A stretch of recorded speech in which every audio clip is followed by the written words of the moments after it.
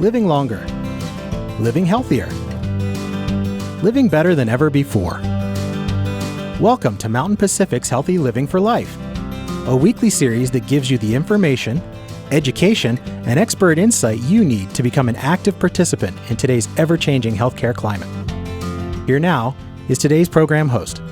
We often live in two worlds, the physical world and an online world where social networks are abundant, as are scammers looking for their next victim. Welcome to Healthy Living for Life, a show dedicated to helping you do just that. I'm your host, Beth Brown, and today we're going to learn about some of the different social media platforms and how to use them safely. Stay with us. We'll be right back after these messages. Welcome back to Healthy Living for Life. Joining us first this morning is Dawn Fredrickson, who is the founder and host of the Senior Tech Club. And thanks so much for being with us this morning, Dawn.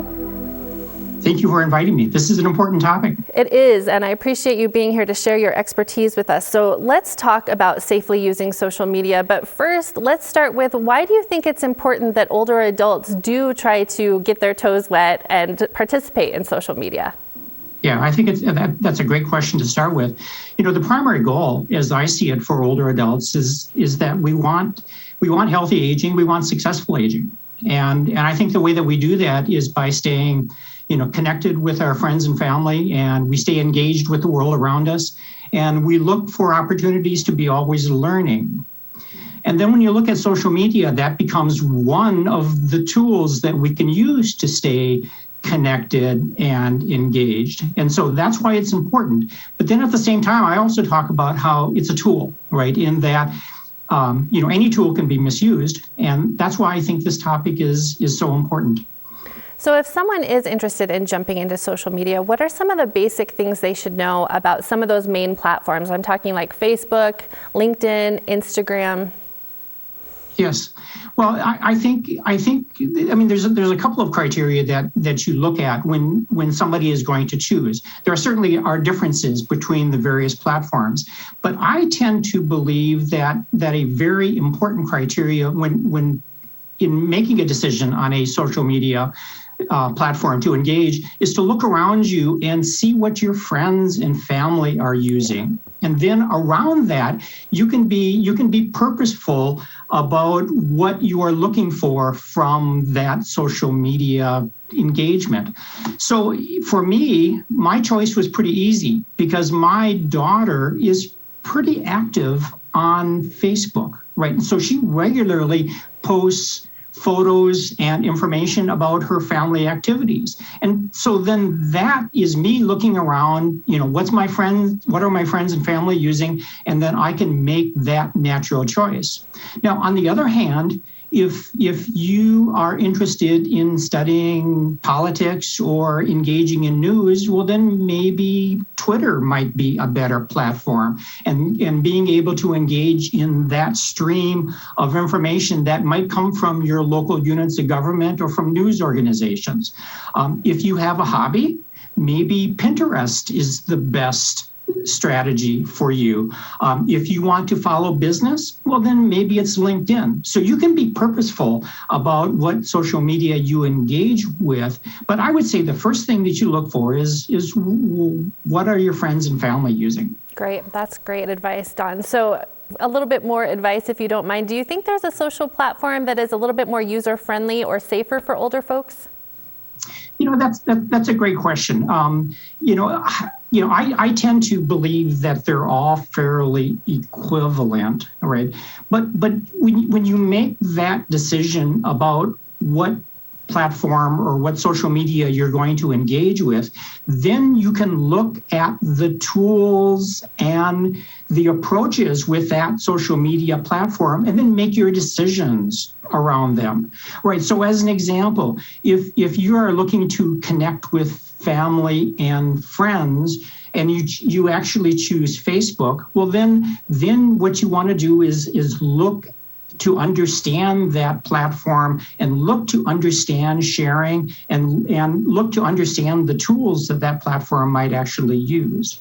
So it's a very broad topic, but I think you start out by, first of all, making that decision as to which tool you're going to use, and then you look to understand that tool. And I have one more tip along that space, in that I tell people that you can actually choose your level of engagement, right? So that if you get involved with a tool like Facebook, it is totally okay for you to be just a consumer, right? That you just lurk to look at what people are posting. And then maybe as you get more brave, maybe the first thing you do is you do a reaction. You do one of the thumbs up, all right, on a post. And then maybe you get a little more brave and you start to comment. And all of this can occur before you have shared really anything on that platform. So the point is that maybe you never graduate right to that next phase, in that you get to choose the level of engagement that you're comfortable with. We should talk a little bit too about being involved with social media. It does hold some risks. Can you speak to that a little bit? What's most concerning right now? Yeah, I mean, there's a few things that are concerning. Tops on the list is going to be privacy and sharing, and that is understanding what you're sharing right within that platform. Oftentimes, that privacy and sharing can lead directly to concerns about identity theft, right? So it really means that if you share something that a bad person can use to start establishing credit in your name, sharing a birth date, or sharing kids' names, or sharing addresses, you have to be concerned about identity theft. There is also a concern about, misinformation, or maybe we should say instead disinformation that can occur on these platforms. So where you have to make some judgments about what you're reading on those platforms. But I think those are some of the key items: privacy, sharing, identity theft, and then misinformation or disinformation that you might read. Okay, thanks, Don. We're actually coming up on a break. We only have about 10 seconds left. A final sentence or two you want to make sure we hear today. Yeah, you get to choose, right? So it's okay for you to be deliberate about what you share, understand the platform, and then have fun with it and use it as a way to stay connected and engaged and always learning. Perfect, Don. Thanks so much for your time. We really appreciate it this morning. It's been my pleasure. Thanks for having me. Thanks. And we do need to take a break, but when we come back, we're going to talk about how older and younger generations can help protect one another online. Stay with us. We'll be right back. Welcome back. Joining us now is Carolyn Dalamole, who is the founder of SilverPost, a correspondence platform that connects generations through technology. And thanks so much for being with us, Carolyn.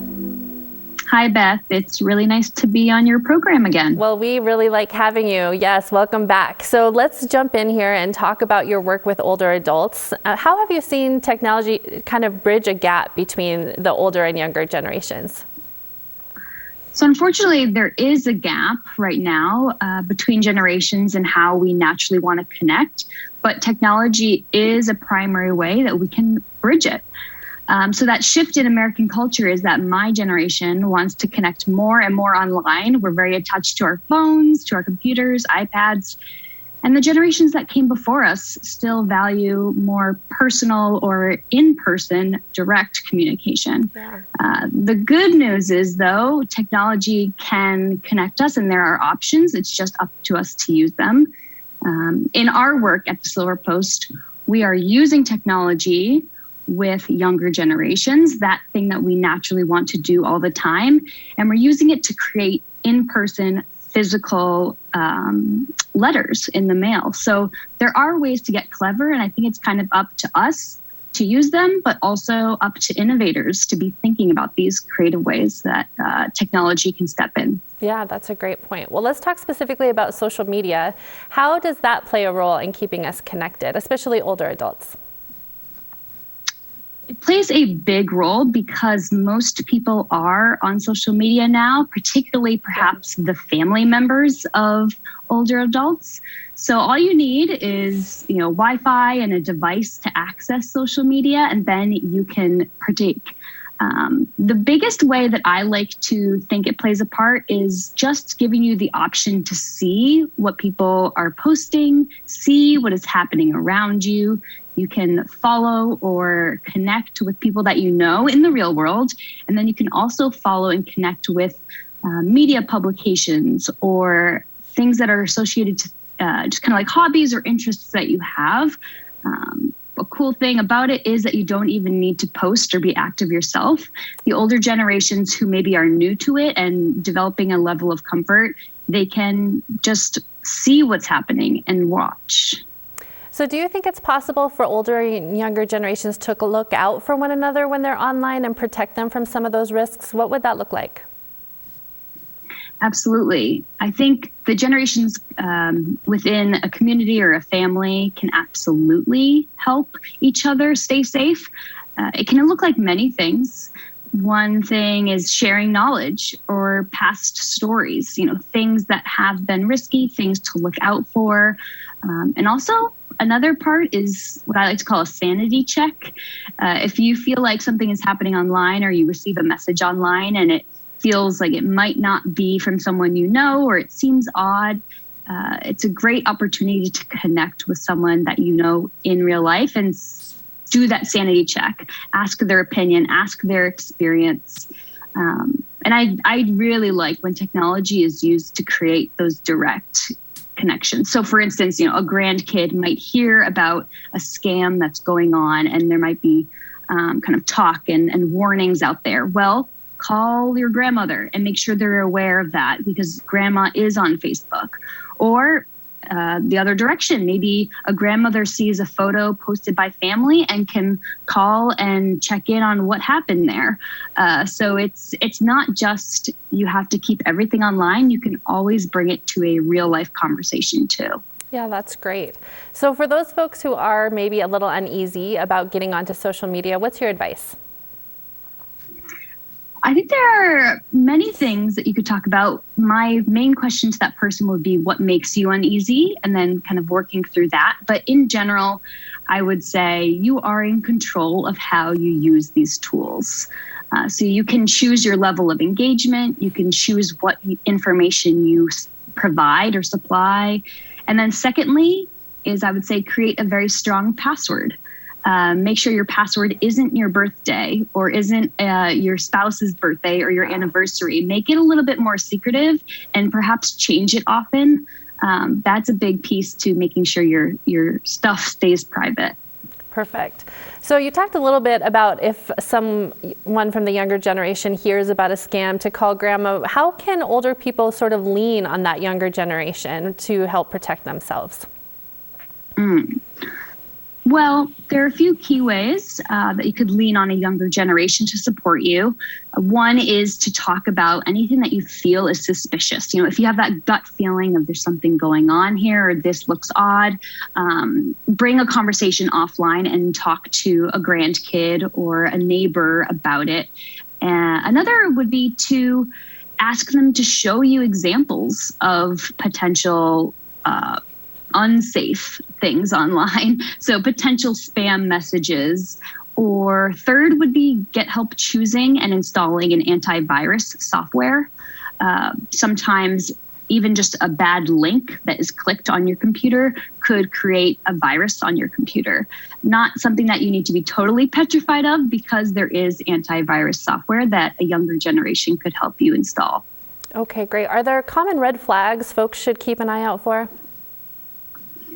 There are things like promises that seem too good to be true, free stuff or prizes.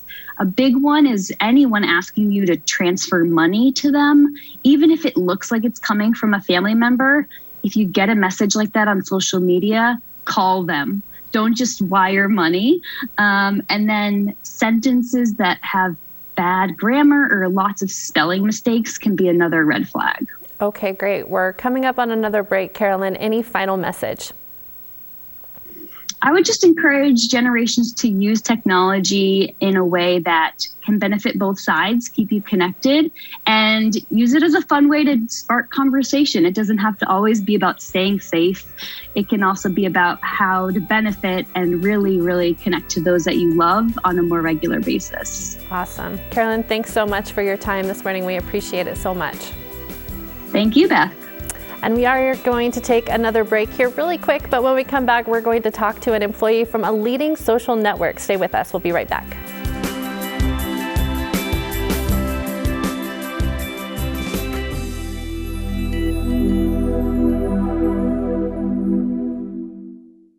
Welcome back. Joining us now is Cara Uribe, who works for LinkedIn and is a customer success manager. And LinkedIn is a popular social network that's specifically for professionals, but we're going to talk about how older folks can tap into what LinkedIn has to offer as well. So thanks so much for being here with us today, Cara. So let's go ahead and jump in with a basic question. What is LinkedIn and how can people use it to connect to one another? Yeah, so LinkedIn is the largest professional network in the world. So about 800 million members, if you can imagine, in 200 different countries and regions. And it's really a place for you to not only connect to find a job, but to connect with other professionals and tradespeople. And so I do know LinkedIn is often used by employers and potential employees, but what other ways can people build a community on LinkedIn? Yeah, excellent question. There are several groups that you can join, but also just getting involved in the conversations that are happening, the skill building, the mentorship. There's a lot that you can do to start to build your community there by just connecting with people and also, collating around different topics that interest you. So let's talk a little bit about security. In your experience, how has social media changed to try to make sure that people's experiences are as secure as possible? Yes. Well, data is currency, as we all know. And with the rise of social media, data has become even more important. And social media companies, as well as professional networks, are really taking note of how to protect that data and protect the consumers and learners on the platform. So let's talk a little bit about social media etiquette and maybe some tips for folks who might be new to social media or new to LinkedIn. Yes, absolutely. So first, with LinkedIn in particular, building a strong profile about who you are, but also being mindful of the data that you are sharing. Yeah. So some really good tips are, for example, you can definitely share your passions, your skills, your curriculum vitae. However, some of those more private things. So if you see things that are asking for questions around, personal things, what's your favorite movie, what's your pet's name, things like that, that's the kind of information you wouldn't want to share, which on LinkedIn isn't even asked, but in social media in general, really try not to share anything that's personal or private that could potentially, lead to some kind of compromise of your data security. And we know that there are scammers and not good people who are out there trying to take advantage of folks. So when someone is interacting on social media or on LinkedIn, is there content they should specifically avoid, or can you just kind of give us a little bit of advice on how to avoid being a victim of a fraud or a scam? Yeah, absolutely. LinkedIn is a very secure network, but on social media, I'll speak more broadly on social media. Sure. A way to ensure that you're not being victimized is connect with people you know. So you're going to get a lot of solicitation of connections, information from people you don't know. Really try to ensure that you at least know the person that you're engaging with. Number one. Number two, back to the data sharing. Just before you share anything, think about what you're sharing. Even if it does sound like something very legitimate that someone knows you very well, your data is probably available to where they could actually craft something that looks, legitimate. So just be very careful in what you're sharing. So who you're sharing it with and what you're sharing, those are the two most important things. And also know the source. So if it's a news source you've never even heard of and they're asking for something that they shouldn't be asking for, definitely a red flag right there. Perfect. That's good advice. And let's talk a little bit about news sources and some of the information that might be out there. We've talked about this a little bit earlier in the show, but I would love to get your insights on what you think about how to avoid some of that misinformation spreading that happens so often on social media. Yes. And you've heard the term clickbait before. Obviously the loudest, flashiest headline is meant to captivate you and get you to click. So it's maybe setting even a rule. I have my 5-second rule that I pause and I think about it before I even engage. Because, humans, we love just immediate gratification of that click. Wow, this looks interesting. Let me click on it. But if you can buffer in that pause and say, wait a second, what is this source and what might they be trying to do with that information? We always try to understand intent a little bit. Are they just looking to get clicks or shares? I think that will really set you up for that initial knee-jerk reaction to just start to engage with things that maybe you shouldn't. Great. That's a great tip, the 5 seconds. I'm going to have to use that one myself. So a term that some of us might be new to, I'm not sure, but an internet troll. What is that and how do we avoid it? Yes, an internet troll. Well, just like the trolls that are underneath the bridge that, are trying to create trouble, they are there to really rock your bridge, and bullies. They're cyber bullies. They want to engage and incite, and they're behind a screen in the safety of their home so that they feel they really can. So similar to content that's trying to incite something within you with that click, trolls are definitely trying to incite something as well, get you in an argument or, bully. So be mindful of their intent as well, just like the content, their intent. They're probably there just to stir up and cause a little bit of ruckus. Perfect. And so if we get sucked in by a troll, or we're getting harassed, or maybe even if there's something that's fraudulent that we're worried about, what do we do? Yes, excellent question. Any good platform will have a report button, and you'll see it either within the content itself, sometimes in the dialogue functionality, so the conversational stuff. Report. If someone is truly being a bully or truly harassing you or trying to get data from you, that's where you report it back to the platform, the source, because they take it very seriously. They have fully built out teams that are looking to protect you. Great. Okay, we're almost out of time. Cara, any final thoughts? I would just say that social media is something very powerful and wonderful, especially during a pandemic. We can connect. Yeah. We can create community, especially on LinkedIn. It's not just for someone looking for a job. You can mentor, create community. So it's a wonderful thing. But just as we've talked about today, it can also be something that you really have to watch out for. So again, take that 5-second rule. I call it the stop rule, just so for any of you who love acronyms. Stop, take a breath, observe, and then proceed. That's great. All right, Cara, thank you so much. We appreciate your time and your expertise this morning. Thank you so much. Thank you. And thank you again to Carolyn and Dawn. And of course, thank you so much for joining in and watching us this morning. We hope you'll come back and see us again next week. Until then, stay fit, stay well, and stay healthy for life with Healthy Living for Life. Have a great week, everybody. Healthy Living for Life is brought to you by Mountain Pacific Quality Health in partnership with AARP Montana.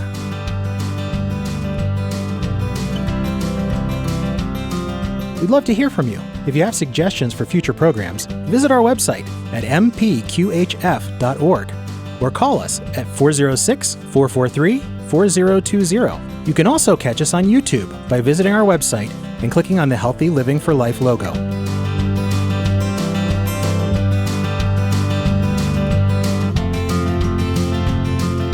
Production facilities provided by Video Express Productions.